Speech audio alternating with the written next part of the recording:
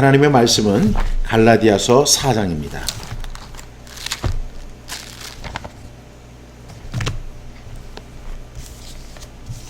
신약성경 305쪽입니다.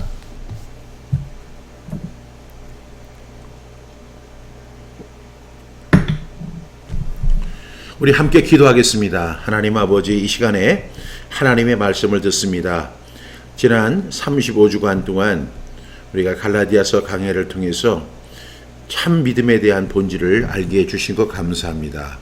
오늘도 우리가 갈라디아서 4장을 정리하면서 우리가 그동안 함께 나눴던 말씀들이 기억나게 하시고 다시 되새겨지게 해주시고 이 말씀을 우리의 삶에 적용해서 하나님 기뻐하시는 믿음 생활하는 저희들 되게 하여 주옵소서.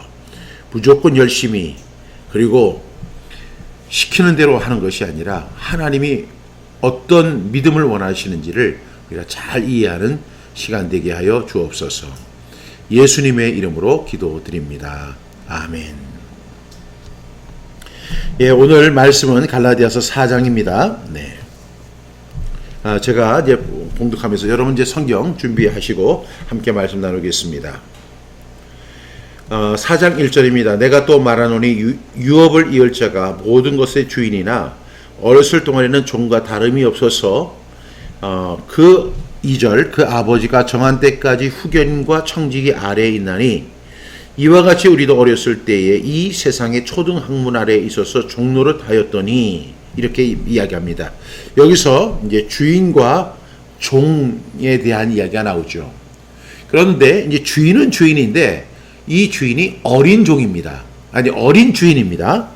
그래서 이 주인 아빠가 그 자기의 아들을 어떻게 키우느냐. 그래서 1절 보면 내가 또 말하니 유업을 이을 자. 유업을 이을 자라는 건 누구죠? 종은 절대로 유업을 이을 수가 없어요. 아들만 유업을 이을 자입니다. 그런데 실제로 이 아들은 모든 것의 주인입니다. 이제 아버지가 세상을 떠나가시면 그 이 모든 재산을 관리해야 할 총주인이 바로 그 아들입니다.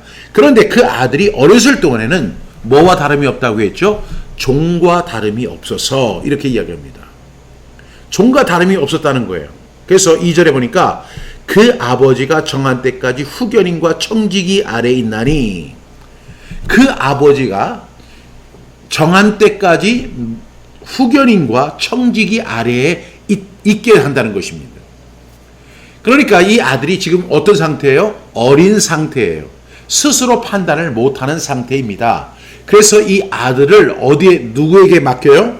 후견인과 청지기 아래에 있다. 이렇게 이야기하는데 이 2절에 나오는 세 명의 사람이 있죠. 첫 번째가 아버지예요. 아버지는 누구를 의미하는 거죠? 하나님을 의미합니다. 두 번째는 후견인과 청지기 아래에 있다고 했는데 이 후견인과 청지기는 모두 이제 한 사람을 지칭하게 하는데 그것이 뭐죠? 율법을 의미하는 거예요. 그러니까 이 청지 율법 아래에 있게 했다는 것을 말씀하고 있는 거죠. 그러면서 이에 대해서 설명하죠. 3절에 이와 같이 우리도 어렸을 때에 이 세상의 초등학문 아래에 있어서 종노릇 하였더니 우리가 3장에서 이 초등학문이 뭐라고 했어요? 율법이라고 했어요. 그리고 초등교사가 바로 율법이라고 이야기합니다. 그러니까 우리가 율법 아래 있었던 것이 사실입니다. 그래서 율법 아래에 종노릇 하는 거예요. 그런데 여기서 이제 반전이 일어납니다. 4절 말씀 보겠습니다. 때가 참에 하나님이 그 아들을 보내사 여자에게서 나게 하시고 율법 아래에 나게 하신 것은 이렇게 이야기합니다. 때가 참에 이건 뭐냐면 이제 1절과 3절을 연관시키는 이제 속박이 끝나는 때고 자유의 시기가 도래하는 때를 의미합니다. 이것은 바로 예수 그리스도의 초림과 그리고 이제 그 만남시키고 있는데 연관시키고 있죠. 때가 참에 하나님이 그 아들을 보내셨어요. 그 아들이 누구죠? 바로 예수 그리스도이십니다. 그리고 예수 그리스도는 누구에게서 나게 하셨죠? 여자에게서 나게 하셨어요. 그래서 이 가톨릭에서는 이 여자를 가리켜서 동정녀 마리아라고 이야기하는 거죠. 우리도 이제 그 예수님의 어머니는 결혼하지 않았는 상태에서 예수님을 낳기 때문에 동정녀 마리아다. 이렇게 표현을 합니다. 모든 사람들이 다 남자의 후손입니다. 그래서 저도 박씨 가문의 이 아들인데요. 그래서 박씨 가문의 자손이죠. 그래서 저도 성이 박씨입니다. 여러분의 아버지도, 여러분의 성도 여러분의 아버지의 성을 따를 거예요. 모두 다 북의 사회 그리고 아버지의 성을 따르죠. 그런데 모든 것이 다 남자의 후손이지만 유일하게 여자의 후손이 한 분 계시죠. 그분이 바로 예수 그리스도입니다. 여자에게서 나시고 율법 아래에 나게 하신 것은, 그래서 예수님이 오실 때 이미 이 세상은 율법 아래에 있었습니다. 왜 그랬을까? 4절 보겠습니다. 율법 아래에 있는 자들을 속량하시고 우리로 아들의 명분을 얻게 하려 하심이라.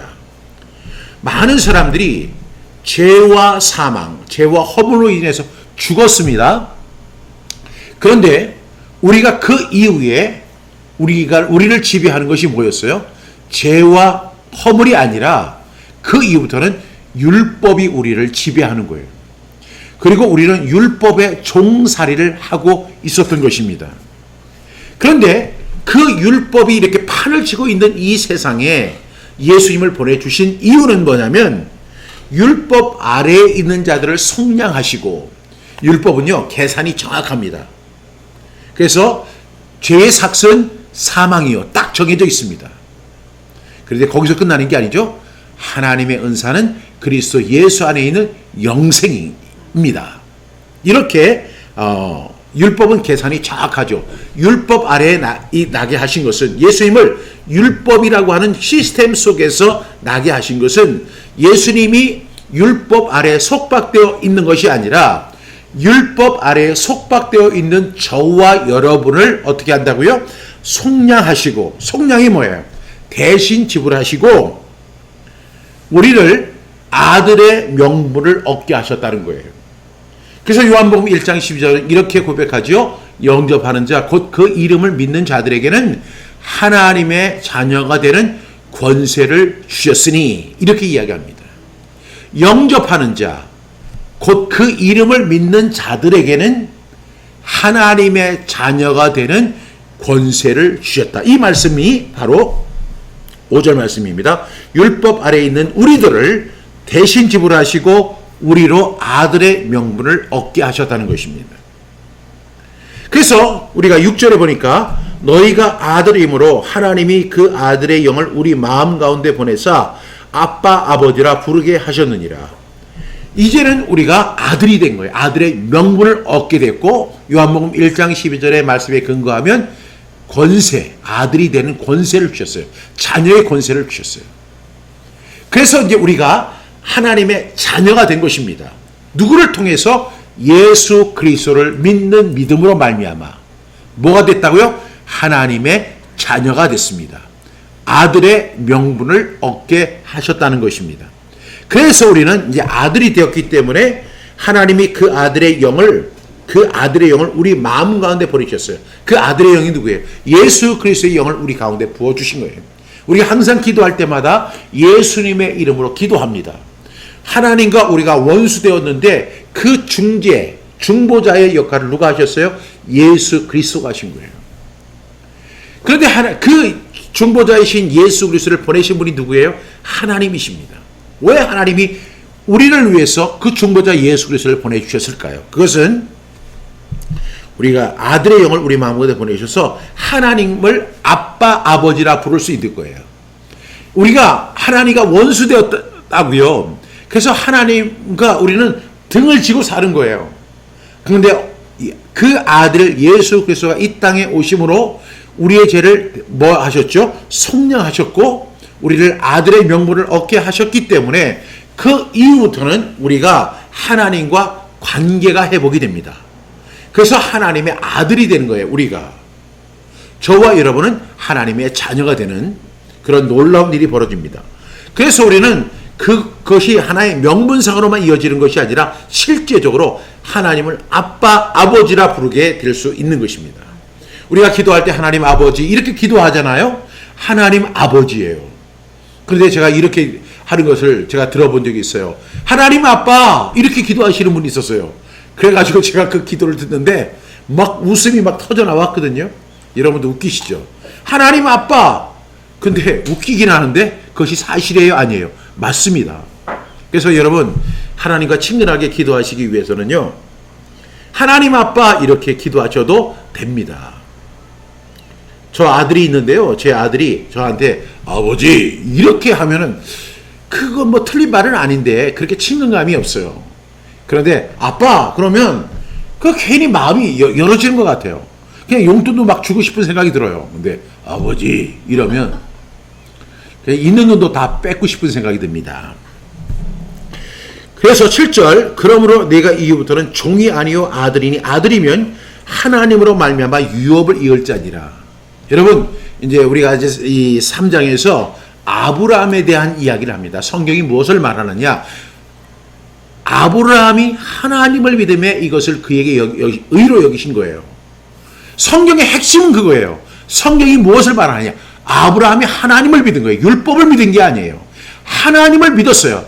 그런데 이제 그 아브라함과 다윗의 자손 예수 그리스도의 계보로 이어지기 때문에 우리는 그 아브라함의 자손으로서 우리가 뭐라고 고백을 하게 되냐면 이제 믿음의 후손이 되는 거고, 우리가 또 아브라함을 복의 조상이라고 하잖아요.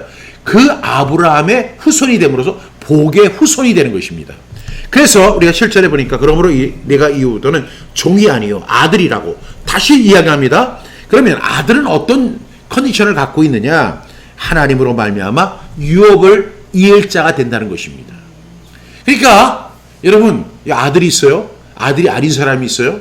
근데 아들은 지지리도 못 났어요. 근데 이 사람은 굉장히 잘나고 똑똑해요. 그렇지만 이 사람은 내 아들이 아니에요. 내 유산을 갖다 물려받을 사람은 내 아들인 것입니다. 아무리 저 사람이 잘났고 훌륭해도 그 사람은 유업을 이을 자격이 되지 못해요.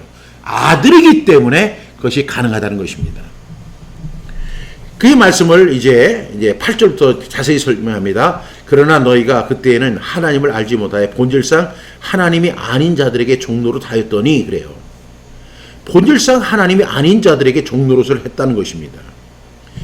그 하나님이 아닌 자들이 누구냐면 초등교사들, 그리고 좀 더 이것을 확대해 보면 율법입니다. 율법. 근데 9절 말씀, 이제는 너희가 하나님을 알 뿐 아니라 더욱이 하나님이 아신 바 되었거늘. 왜 하나님이 우리를 아신다 하시는 거예요? 아들이니까요. 근데 어찌하여 다시 약하고 천박한 초등학문으로 돌아가서 다시 그들에게 종노를 하려 하느냐. 그러니까 여기서는 이것을 사람이라고도 묘사할 수도 있고 하나의 또 율법으로도 정의할 수 있는데, 이거 보세요. 하나님이 아신 바 된 하나님의 아들들이에요. 저와 여러분은 하나님의 자녀예요. 하나님이 저와 여러분을 알고 계세요. 그런데 우리가 하나님 잠깐만 계세요. 제가 좀 잠시 해야 할 일이 하나 있어요.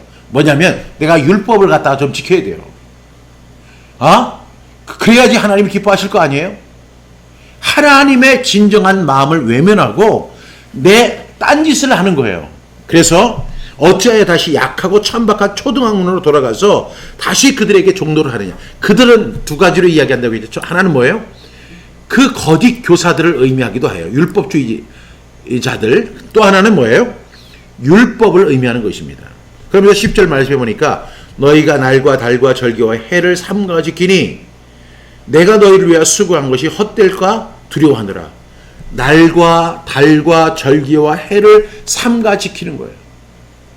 여러분 절기를 지킨다는 것이죠. 우리도 기독교에는 3대 절기가 있어요. 뭐가 있죠? 우리가 부활절, 그 다음에 그 다음에 성탄절, 이런 우리 절기 같은 것이 있어요. 그런데 이 절기를 생각할 때마다 우리가 이제 이번 주간도 이제 우리가 고난 주간이니까 고난 주간 동안에 주님의 고난을 우리가 묵상하는 그런 시간은 우리에게 굉장히 유익한 시간이라고 생각합니다. 그런데 그 고난 주간을 목매고 그리고 날과 달과 해를 삼가 지키는 것에 아주 올인하는 거예요. 율법주의자가 된다는 것이죠. 그러면 내가 너희를 위하여 수고한 것이 헛될까 두려워하더라. 바울이 이 갈라디아 교회를 이제 1차 전도 여행 때 복음을 전해서 교회들이 세워졌어요. 그 교회들은 어떻게 세워졌냐면 예수 그리스도를 믿는 믿음으로 말미암아 의롭다함을 얻는 그런 아주 순수한 복음으로 세워진 교회들이에요. 그런데 그 교회들이 이제는 그 복음을 외면하고 엉뚱한 짓을 하는 거예요. 이런 절기 같은 걸 지키고 이런 것에 목을 매는 것입니다. 그래서 바울은 내가 너희를 위해서 수고한 것이 헛될까 두렵다 이렇게 고백합니다. 12절 형제들아 내가 너희와 같이 되었은즉 너희도 나와 같이 되기를 원하노라. 너희가 내게 해롭게 하지 아니하였느니라. 바울은 이 사람들에게 감정이 없었어요. 13절에 내가 처음에 육체의 약함으로 말미암아 너희에게 복음을 전한 것을 너희가 아는 바라. 바울은 육체적인 이렇게 약함이 있었습니다. 그것은 어떤 사람은 뭐 안질이라고도 하고 어떤 사람은 간질이라고도 하고 어떤 사람은 뭐 장티푸스에 걸려서 바울의 시력 그리고 여러 가지 그런 약한 육체의 약함이 바울에게 있었던 것은 분명해 보입니다. 그런 가운데서도 내가 너에게 복음을 전한 것을 너희가 안다. 14절 너희를 시험하는 것이 내 육체에 있으되 이것을 너희가 업신여기지도 아니하고 버리지도 아니하고 오직 나를 하나님의 천사와 같이 또는 그리스도 예수와 같이 영접하였도다. 그 바울이 그렇게 연약하고 복음 전도를 하러 갈 때 아마 그 호수를 이렇게 지나가는데 그 호수에 그 말라리아 그 모기가 있었다고 합니다. 그래서 아마 그 말라리아 모기에 몰려가지고 바울이 아주 최악의 상태에서 겨우 갈라디아 지방에 도착을 했다는 거예요. 그런데 그러한 상황 속에서도 그들이 업신여기지도 아니하고 버리지도 아니하고 오직 하나님의 천사와 같이 또는 예수 그리스도와 같이 영접을 한 사람들이 바로 갈라디아 성도들입니다. 그러면서 바울은 이야기합니다. 너희의 복이 지금 어디 있느냐? 내가 너희에게 증언하노니 너희가 할 수만 있었더라면 너희의 눈이라도 빼어 나에게 주었으리라. 정말로 갈라디아 교회 성도들은 바울을 사랑했고요. 정말로 눈이라도 빼어줄 정도로 이 바울을 향해서 깊은 사랑과 헌신을 했던 것이 사실입니다. 16절 그런즉 내가 너희에게 참된 말을 함으로 원수가 되었느냐. 그랬는데 지금 분위기가 달라졌어요. 왜? 바울이 지금 갈라디아 교회를 책망하고 있거든요. 이 갈라디아 교회들이 지금 심각한 그 믿음에서 이탈해서 지금 잘못된 신앙을 따라가는 거예요. 그 올바른 신앙을 속히 떠나서 다른 신앙을 따라가고 있는 거예요. 그래서 바울이 그에 대해서 참된 말을 하였으므로 원수가 되었느냐. 그들이 너에게 대하여 열심 내는 것은 좋은 뜻이 아니요 오직 너희를 이간시켜 너희로 그들에게 대하여 열심을 내게 하려 함이라. 여기서 그들이라고 하는 단어가 다시 나오는데 이 그들은 두 가지로 묘사한다고 했죠. 그 율법 교사들을 지칭하는 것일 수 있고 또 전체적으로 볼 때는 율법 자체를 의미하는 것일 수도 있어요. 그런데 여기에 보니까 너희에게 대하여 열심 내는 것은 좋은 뜻이 아니요 그들이 너희에게 대하여 그러니까 사람인 것 같아요. 그래서 오직 너희를 이간시켜 너희로 그들에게 대하여 열심을 내게 하려 함이라 이렇게 이야기합니다. 여러분 그들이 굉장히 열심을 다해서 그 갈라디아 교회 성도들에게 이간질을 합니다. 그런데 그렇게 하는 것은 좋은 뜻이 아니고 어디에 이간질을 시키냐? 복음을 이간질시키는 거예요. 그들이 주장했던 논리는 그거예요. 예수 그리스도를 통해서 우리가 구원받는다. 의롭다함을 받는다. 이건 맞아. 그렇지만 이것만 갖고 되는 것이 아니야. 우리가 행위 구원이 있어야 돼. 행위로 그 믿음을 입증해야 되는 거야. 이렇게 이야기하면서 대표적인 것이 할례를 주장하는 거예요.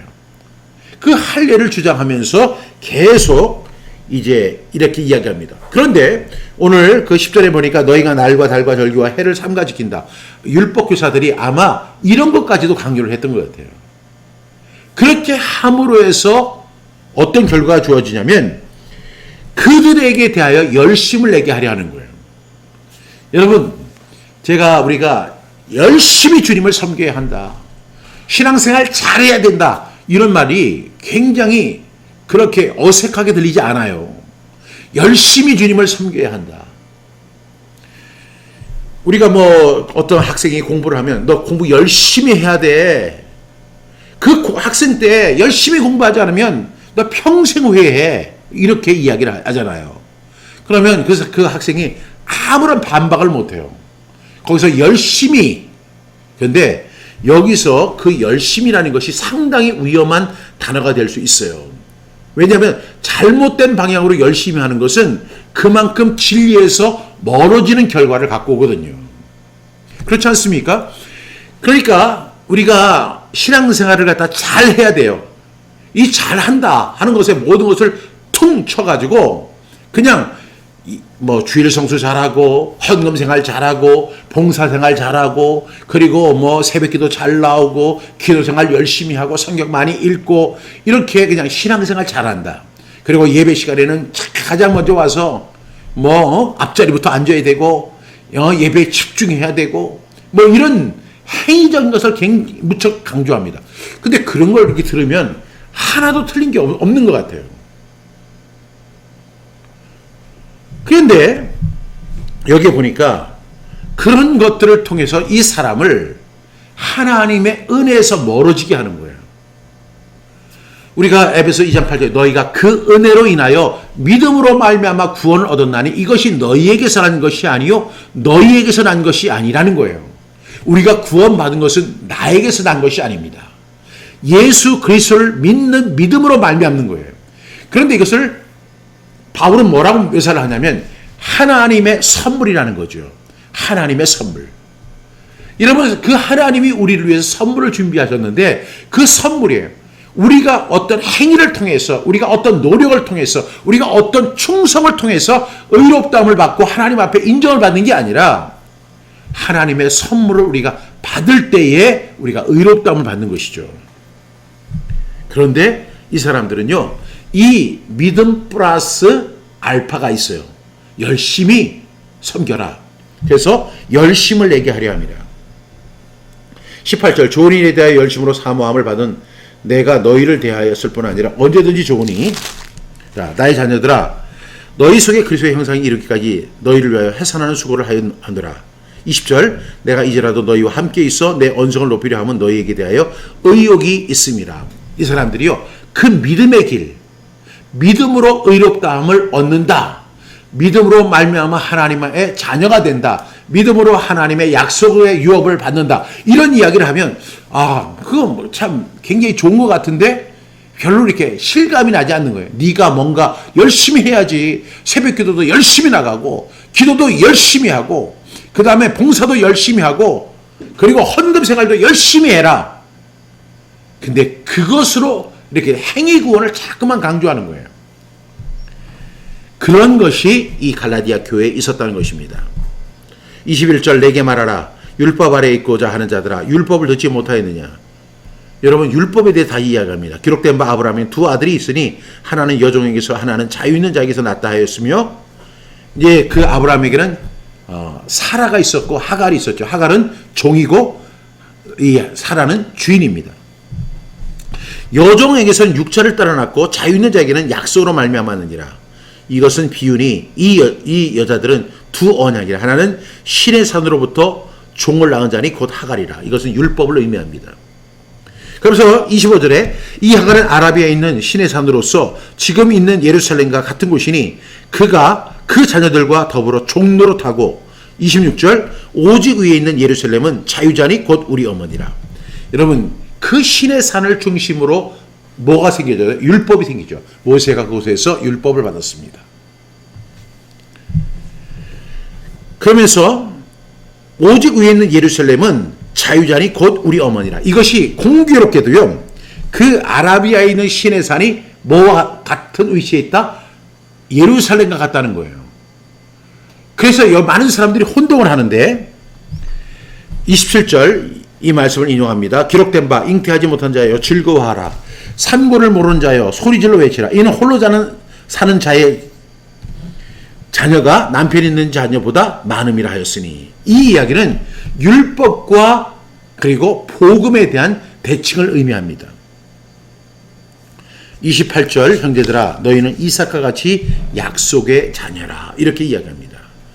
율법의 자녀가 있고 약속의 자녀가 있습니다. 여러분 우리는 율법 아래에서 하나님 앞에 의롭다함을 얻지 못합니다. 우리는 약속, 믿음으로 말미암아 의롭다함을 받는 아브라함의 후손입니다. 그래서 성경 로마서 3장 3절은 성경이 무엇을 말하느냐? 아브라함이 하나님을 믿음에 이것을 그에게 의로 여기셨다는 거예요. 그래서 그를 우리가 믿음의 조상이라고 이야기하는 거예요. 우리도 똑같이 아브라함같이 하나님을 믿으면 되는 거예요.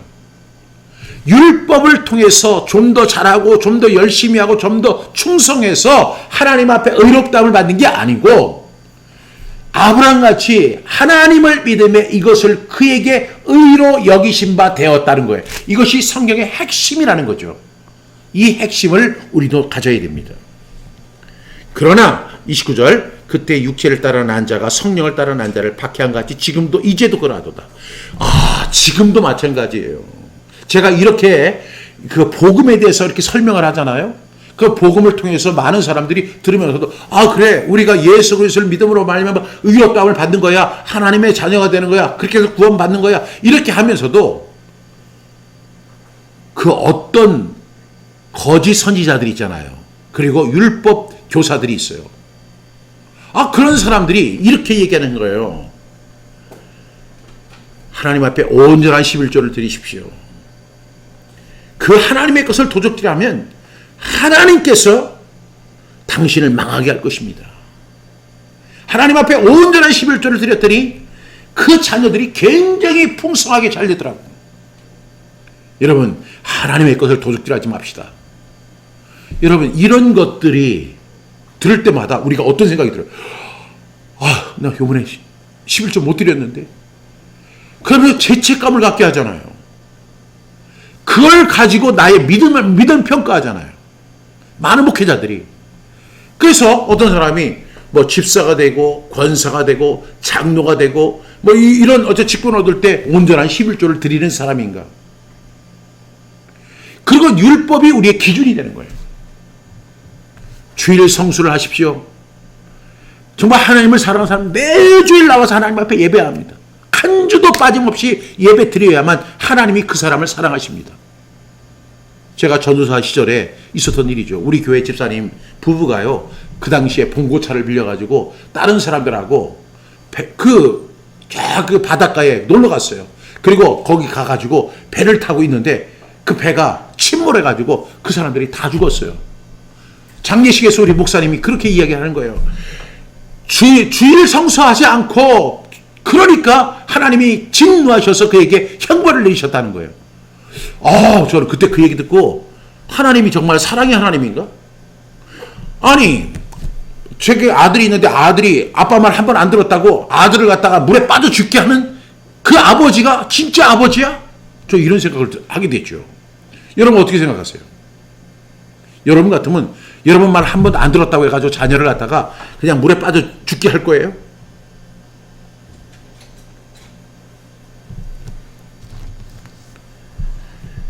그 육체를 따라 난 자가 율법주의자들이 성령을 따라 난 자를 박해하고 있어요. 그것은 그 이스마엘이 이삭을 핍박했던 것 같이 지금 이 시대도 그런 율법주의자들이 그리고 그런 이야기를 하는 사람은 굉장히 좋아합니다. 예수 잘 믿어야 합니다. 예수 잘 믿으면 하나님 복을 주십니다. 믿으시면 아멘 할렐루야 이러면 막 은혜가 넘치잖아요. 그럼 두 손 들고 그리고 그런 데는 사람이 엄청 많이 와요. 왜? 복 받고 싶으니까. 근데 그거 틀린 말이에요. 오늘 우리가 갈라디아서를 통해서 보면 우리가 믿음으로 의롭게 된 사람들은요. 그 다음에 아브라함과 같이 복을 받아요. 또한 뭘 또 받느냐면 약속의 유업을 받아요. 아니 나는 한 거 하나도 없어요. 그냥 내가 한 거는 다 예수 그리스도를 믿는 믿음을 가지고 그 믿음 하나만 가지고 있는데 그 믿음을 통해서 나를 의롭게 여기시는 거예요. 하나님이 나를 의롭다 여기신다는 거예요. 이 갈라디아서의 핵심이에요. 또한 내가 예수 그리스도를 그냥 믿었는데 나를 아브라함의 후손이 되게 하셔서 복을 받게 하신다는 거예요. 또 내가 그냥 믿기만 했는데 그 아들이 되어서 그 약속의 유업을 받게 하신다는 거예요. 가만히 생각해보니까 내가 염치는 없어요. 내가 하나님 앞에 충성한 것도 없고 뭐 하나님을 위해서 희생한 것도 없는데 이런 은혜를 주시고 이런 복을 주시고 이런 약속의 유업을 주시니까 약간 계면적인 면은 있어요. 근데 하나님은 그래서 사랑의 하나님이에요. 그런데 이것을 완전 원천 묵살을 하는 사람이 있다고요. 복 받을 줄 해야 복을 받지. 주일 성수하지 않고 무슨 복을 받아? 주일 성수하세요. 온전히 예물 드리세요. 충성하세요. 새벽기도 나오세요. 기도하세요. 기도하지 않으면 하나님이 당신의 잔을 옮겨버릴 거예요. 막 이렇게 얘기하는데 막 무섭고 그러니까 그 사람들이 우리를 박해한 것처럼 그 이스마엘이 이삭을 박해한 것처럼 그 사람들이 그런 식으로 하면서 자기의 유익을 얻어간다는 것이죠. 30절 그러나 성경이 무엇을 말하느냐. 여종과 그 아들을 내쫓으라.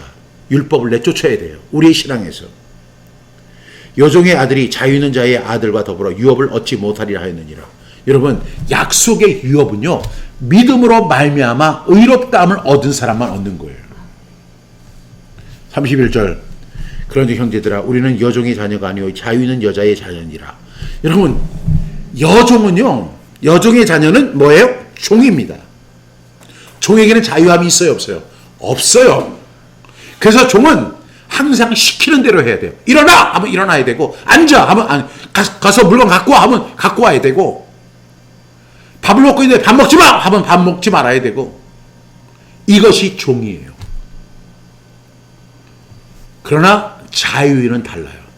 누가 우리를 밥 먹어라, 밥 먹지 말라, 일어나라, 앉아라, 저기 가서 물건 갖고 와라 이렇게 못해요. 자유 있는 자는 자기 스스로 하는 거예요. 그런데 이야기합니다. 그러니 형제들아 우리는 여종의 자녀가 아니요. 새벽기도 나와야만 하나님 하늘문이 열립니다. 거짓말이에요. 약속의 유업을 받은 사람은요. 가만히 있어도 그 약속의 유업을 받는 거예요. 하나님이 약속하신 그 모든 약속을 다 받을 수 있는 것입니다. 그래서 오늘 31절 여러분 꼭 기억하셔야 돼요. 그런즉 형제들아 우리는 여종의 자녀가 아니요 자유 있는 여자의 자녀니라. 자유 있는 여자의 자녀니라. 자유 있는 여자의 자녀도 어렸을 때는 그 율법 아래에 있는 것처럼 그 율법 아래 종노릇 할 수 있어요. 그러나 이제 우리가 성인이 되어서는 우리가 온전히 자유함을 얻은 거예요. 그런 율법으로 우리를 제재할 수 없어요. 그런 절기를 가지고 우리를 제재할 수 없어요. 그런 것을 통해서 복을 받고 그런 것을 통해서 의롭다함을 받고 그런 것을 통해서 하나님 앞에 인정을 받는 게 아니에요. 우리는 오직 믿음으로 말미암아 의롭게 되고 약속의 자녀가 되고 그리고 약속의 유업을 받는 그런 자녀가 되는 줄로 믿습니다. 여러분 이렇게 이야기해도요. 여러분들은 다시 무슨 신앙으로 돌아가기를 원하냐면 율법적인 신앙으로 돌아가려고 하는 회귀 본능이 있어요. 여러분 그 회귀 본능을 빨리 예수 그리스도의 십자가 앞에 못을 박으셔야 돼요. 그 신앙은 잘못된 신앙이에요. 그 신앙은 바로 갈라디아 신앙이에요. 그 신앙은 절대로 하나님 앞에 의롭다함을 받지 못하는 신앙인 것을 여러분 꼭 기억하셔야 돼요. 31절이 오늘 말씀의 총정리입니다. 그런즉 형제들아 우리는 여종의 자녀가 아니요. 여러분 아시죠? 여종의 자녀가 아니요 자유 있는 여자의 자녀니라. 이 말씀을 통해서 우리가 진리를 알지니 진리가 너희를 뭐하리라? 자유롭게 하리라. 다시 진리를 알지니 진리가 너희를 자유롭게 하리라. 진리 아니면 가짜 신앙은 우리의 열심, 우리의 봉사, 우리의 헌신, 우리의 충성 이런 것을 인용해 가지고 우리를 종살이하게 만들려고 하는 거예요. 이것은 복음이 아닙니다. 그건 가짜 복음입니다. 가짜 복음을 전하는 자에게는 저주가 임한다고 했어요. 이 순수한 복음을 회복하는 저와 여러분 다 되기를 주님의 이름으로 축복합니다. 하나님 아버지 감사합니다. 오늘도 우리에게 귀한 말씀을 주신 것 감사합니다. 갈라디아서 다시 한번 우리가 복습하면서 갈라디아서를 통해서 우리에게 주시는 귀한 교훈의 말씀, 다시 율법으로 회개하려고 하는 모든 그런 마음을 십자가에 못 박게 해주시고 이제 저희가 정말로 복음의 자유함을 누리는 우리 모든 그리스도인 되어질 수 있도록 도와주시옵소서. 그리고 성령의 인도를 받게 하여 주옵소서. 예수님의 이름으로 기도드립니다. 아멘.